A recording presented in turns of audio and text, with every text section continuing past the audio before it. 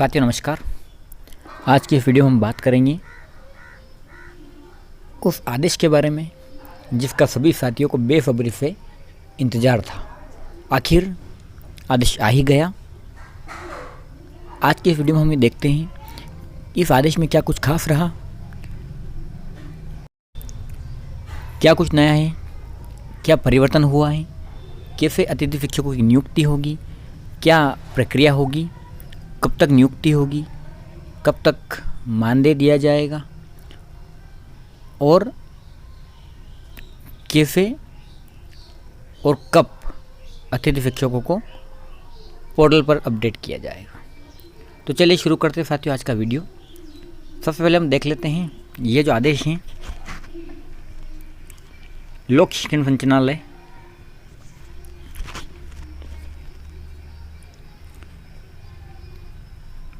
संचालनालय मध्य प्रदेश से जारी हुआ है। दिनांक देख सकते हैं 24/7/2024 और दिन में लगभग 12 बजे के आसपास ये आदेश आया है। वही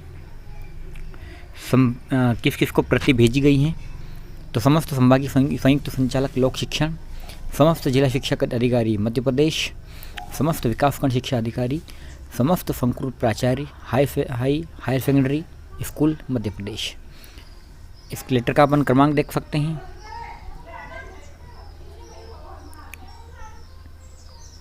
क्रमांक अतिथि शिक्षक 2024-25 124, मतलब ये 124 नंबर का आदेश है अतिथि शिक्षकों का। आगे देखते हैं अपन विषय दिया है शैक्षणिक सत्र 2024-25 में रिक्त पदों के विरुद्ध अतिथि शिक्षकों की व्यवस्था के संबंध में, मतलब अतिथि शिक्षकों की व्यवस्था जो 2024-25 में की जानी है इसके संदर्भ में ये आदेश जारी किया गया है। आगे देख लेते हैं संदर्भ। ये एक इम्पोर्टेंट संदर्भ दिया गया है जिसके बारे में हम चर्चा करेंगे।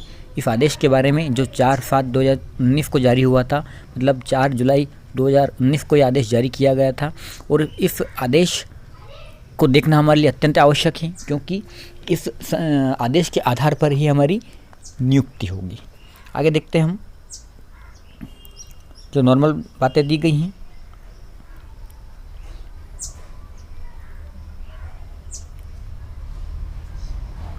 मध्य प्रदेश स्कूल शिक्षा विभाग के प्रत्येक शैक्षणिक सत्र में शासकीय विद्यालयों में शैक्षणिक व्यवस्था के सुचारू रूप से संचालन हेतु रिक्त पदों के विरुद्ध विद्यालय स्तर पर तैयार पैनल से अतिथि शिक्षक आमंत्रण की कार्यवाही की जाती है। उक्त परिप्रेक्ष्य में शैक्षणिक सत्र 2024-25 में विद्यालयों में शैक्षणिक व्यवस्था हेतु अतिथि शिक्षकों के आमंत्रण की कार्यवाही निम्नानुसार सुनिश्चित की जाए। मतलब जो पहले होती है वही है। सबसे पहला काम होगा अतिथि शिक्षक आमंत्रण हेतु रिक्तियाँ। पहला कार्य क्या होगा? अतिथि शिक्षक हेतु रिक्तियाँ। ठीक है। शैक्षणिक सत्र 2024-25 में जिन रिक्तियों के विरुद्ध विद्यालयों में शैक्षणिक व्यवस्था हेतु अतिथि शिक्षकों को आमंत्रित किया जाना है, ऐसी रिक्तियों को राज्य स्तर से GFMS पोर्टल पर प्रदर्शित किया जाएगा। GFMS पोर्टल पर प्रदर्शित रिक्ति के अतिरिक्त अन्य कोई अतिथि शिक्षक विद्यालय में नहीं रखा जाएगा। मतलब इस बार ये स्पष्ट हो गया है कि इस बार जो रिक्तियाँ शो होगी या जो पद बताए जाएंगे न तो जिला स्तर से और न ही संकुल स्तर से, बल्कि इस बार जो रिक्तियाँ प्रदर्शित होगी वो राज्य स्तर से होगी। मतलब ये है कि इस बार जो अपडेशन का कार्य होगा वो सीधा राज्य स्तर से किया जाएगा। मतलब हमको ये ध्यान रखना है कि जिस भी स्कूल में हम ज्वाइन करने वाले हैं क्या वहाँ पर रिक्तियाँ है या नहीं है, हमको इस बात का पूरा ध्यान रखना है। आगे हम देख लेते हैं अतिथि शिक्षकों के द्वारा जो कार्रवाई की जाना है। अब यहाँ पर एक महत्वपूर्ण बदलाव हुआ है, हमको इसको अच्छे से ध्यान से समझना है। सबसे पहले अतिथि शिक्षक आमंत्रण हेतु की जाने वाली कार्यवाही, क्या क्या कार्यवाही करना है। शैक्षणिक सत्र 2024-25 में अतिथि शिक्षक आमंत्रण हेतु GFMS पोर्टल पर प्रदर्शित रिक्तियों के विरुद्ध ही विद्यालयों में अतिथि शिक्षक को रखा जाएगा जो हर साल होता है। संदर्भित पत्र की कंडिका 3.1.2 में उल्लेखित अनुसार उस श्रेणी में आने वाले अतिथि शिक्षकों को नहीं रखा जाएगा। ये एक इम्पोर्टेंट बात है कि आखिर इस नियम में, इस कंडिका में क्या ऐसा दिया है जिसके आधार पर अतिथि शिक्षकों को नहीं रखा जाएगा। तो इसको हम देख लेते हैं कि आखिर ये ऐसा क्या है जो इसमें नहीं होगा। तो हम देख लेते हैं। तो साथियों, ये जो आदेश है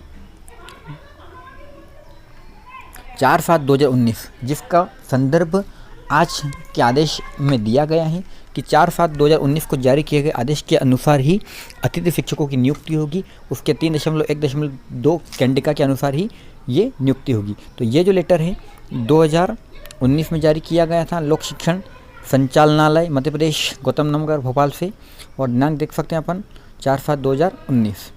और ये लेटर जो जारी किया गया था ये इस विषय में जारी किया गया था, शैक्षणिक सत्र 2019-20 में शासकीय विद्यालयों में रिक्त पदों के विरुद्ध अतिथि शिक्षक की व्यवस्था। अब इसमें फिर 2 संदर्भ दिए गए थे, तो उससे हमको अभी फ़िलहाल कोई लेना देना नहीं है। हम आगे देख लेते हैं कि वो जो पेरा उन्होंने बताया था उसको देख लेते हैं अपन।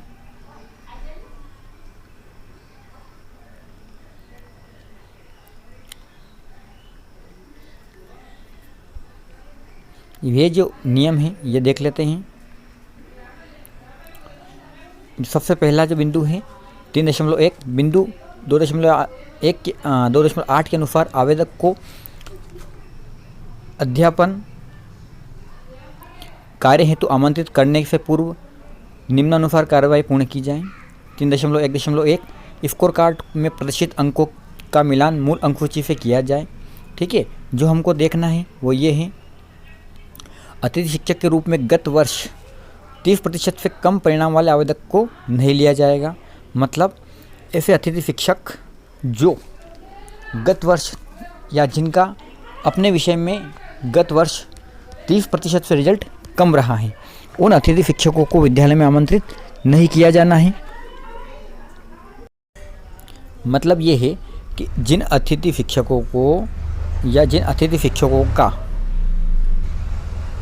गत वर्ष परीक्षा परिणाम 30% से कम था या अपने विषय का बोर्ड परीक्षा का परिणाम 30% से कम था, उन अतिथि शिक्षकों को इस बार आमंत्रित नहीं करना है। ये सख्त निर्देश DPI की तरफ से आज जारी आदेश में दिए गए हैं। तो हमको ये ध्यान रखना है कि जिन अतिथि शिक्षकों का या जहाँ पर शिक्षक वर्तमान में कोई जा रहा है और उसको अगर 30% से कम प्रतिशत वालों को आमंत्रित किया जाता है तो हम उस पर आपत्ति ले सकते हैं। उसके बाद एक कंडिका और दी गई है जिसका संदर्भ तो नहीं दिया गया, हम देख लेते हैं। ये सारे कंडिकाएं उसमें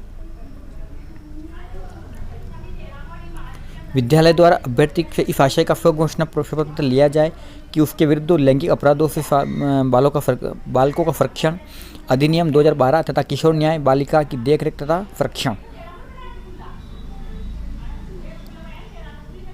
बालकों की देखरेख तथा संरक्षण अधिनियम 2000 के अधीन अथवा अन्य कोई आपराधिक मामला पंजीबद्ध अथवा प्रचलित नहीं है, स्वघोषणा पत्र का प्रारूप संलग्न है। तो इससे हमको को लेना देना नहीं है। हमको जो मूल चीज़ है वो ये है कि जिन अतिथि शिक्षकों का परीक्षा परिणाम गत वर्ष 30% से कम था उनको नहीं लिया जाना है। तो ये संदर्भ हमने देख लिया। आगे चलते हैं हम हमारे आज के आदेश में। तो ये सबको क्लियर हो गया होगा कि 3.1.2 जो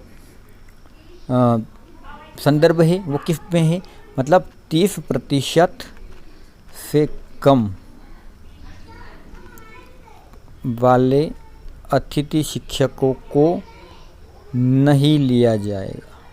ये आज का जो आदेश जारी उसमें स्पष्ट किया गया है। उसके बाद आगे दिया गया है, विद्यालय में रिक्त पद हैं एवं संबंधित विषय का पैनल पूर्व से उपलब्ध है तथा अतिथि शिक्षक को नियमानुसार रखा गया है।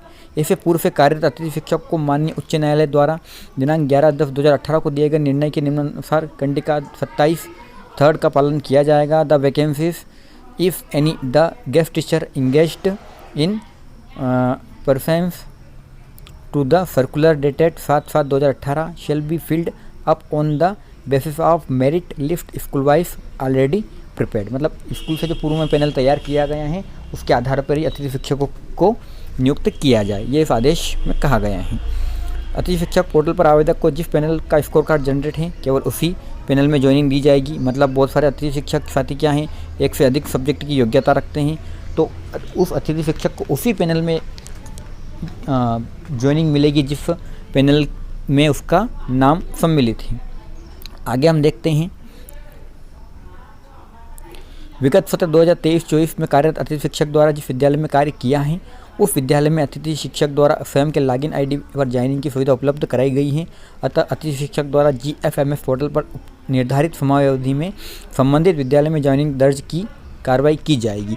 मतलब इस बार ये एक नया परिवर्तन हुआ है कि इस बार विद्यालय में ज्वाइनिंग स्वयं अतिथि शिक्षक को ही करना है और उन अतिथि शिक्षकों को करना है जो अतिथि शिक्षक गत वर्ष उस स्कूल में अध्यापन कार्य करवा रहे थे और उनका जो लॉगिन और आईडी पासवर्ड है जिस पे हम GFMS पोर्टल पर लॉगिन करते हैं, उस GFMS portal login ID password पर ही उस अतिथि शिक्षक का जो सीधा जॉइनिंग का सिस्टम है वो उपलब्ध करवाया जाएगा। जिसका जो समय दिया है उस पर वो उपलब्ध होगा। मतलब सीधा सा है कि इस बार जो ज्वाइनिंग की कार्रवाई है संकुल से न होकर पहले अतिथि शिक्षक स्वयं को करना है और अतिथि शिक्षक स्वयं को करने के बाद में उसकी प्रिंट निकाल कर जो विद्यालय प्रभारी है, संस्था प्रभारी है, प्राचार्य हैं, उससे वेरीफाई करवाना है और उससे वेरीफाई करवाने के बाद में वो एक रिसिप्ट हमको देगा और एक रिसिप्ट को वो अपने रिकॉर्ड में संधारित किया जो आगे दिया गया है। उसके बाद में स्पष्ट लिखा गया है कि अतिथि शिक्षक ऑनलाइन ज्वाइनिंग पत्रक के साथ अपनी उपस्थिति अनिवार्यतः ज्वाइन किए गए विद्यालय में दिनांक 7/8/2000 तक दी जाए। मतलब ये ज्वाइनिंग करने के बाद हमको जो ऑनलाइन पत्रक निकलेगा, ऑनलाइन उपस्थिति पत्रक निकलेगा, ज्वाइनिंग लेटर निकलेगा, उसको हमको 7/8/2024 मतलब 7 अगस्त तक उस विद्यालय के प्राचार्य को जमा करवाना है। विद्यालय में अतिथि शिक्षक द्वारा निर्धारित समयावधि में उपस्थिति नहीं देने पर संबंधित का ज्वाइनिंग पत्र आदेश स्वतः ही निरस्त हो जाएगा। इसके उपरांत आवेदक को शेष रिक्तियों हेतु होने वाली नवीन प्रक्रिया में भाग लेना होगा। मतलब यदि कोई अतिथि शिक्षक छूट जाता है तो उसको उसके बाद जो नेक्स्ट स्टेप वाली प्रक्रिया होगी उसमें उन अतिथि शिक्षकों को मौका मिलेगा। आगे देख लेते हैं हम। अब इसमें शाला प्रभारी को क्या क्या प्रक्रिया करना है ये दे रखा है। शाला प्रभारी अतिथि शिक्षक से ऑनलाइन ज्वाइनिंग पत्रक का प्रिंट प्राप्त कर हस्ताक्षर एवं सील के साथ एक प्रति विद्यालय इन अभिलेख के रूप में संधारित करेगा तथा एक सत्यापित प्रति अतिथि शिक्षक को देगा। मतलब ये ध्यान रखें कि जो भी अतिथि शिक्षक साथी ज्वाइन करें वो अपनी एक ज्वाइनिंग लेटर की एक प्रति प्राप्त करें और एक विद्यालय जो रिकॉर्ड होता है उसमें संधारित करवाएं। आगे हम देखें, शाला प्रभारी द्वारा सील एवं हस्ताक्षरित ज्वाइनिंग पत्रक की प्रति को GFMS पोर्टल पर अपलोड किया जाएगा। मतलब जो ऑनलाइन या यूँ कहें कि जो ज्वाइनिंग लेटर की एक जो कॉपी हमको मिलेगी उस कॉपी को हमको फिर से अतिथि शिक्षक को उस प्रति को पोर्टल पर अपलोड करना है। मतलब ये इस बार जो नया सेटअप हुआ है उसमें सारा ही काम अतिथि शिक्षक को स्वयं करना है अपने लॉगिन और आईडी पासवर्ड से। तो पहले हमको ऑनलाइन ज्वाइनिंग लेना है। ज्वाइनिंग लेने के बाद में 7/8/2024 से पहले हमको स्कूल में रिपोर्टिंग करना है। रिपोर्टिंग करने के बाद में वहाँ से हमको संस्था प्राचार्य से या संस्था प्रभारी से सील लगवा कर साइन करवा कर एक प्रति हमको लेना है और एक प्रति स्कूल में ही रखना है।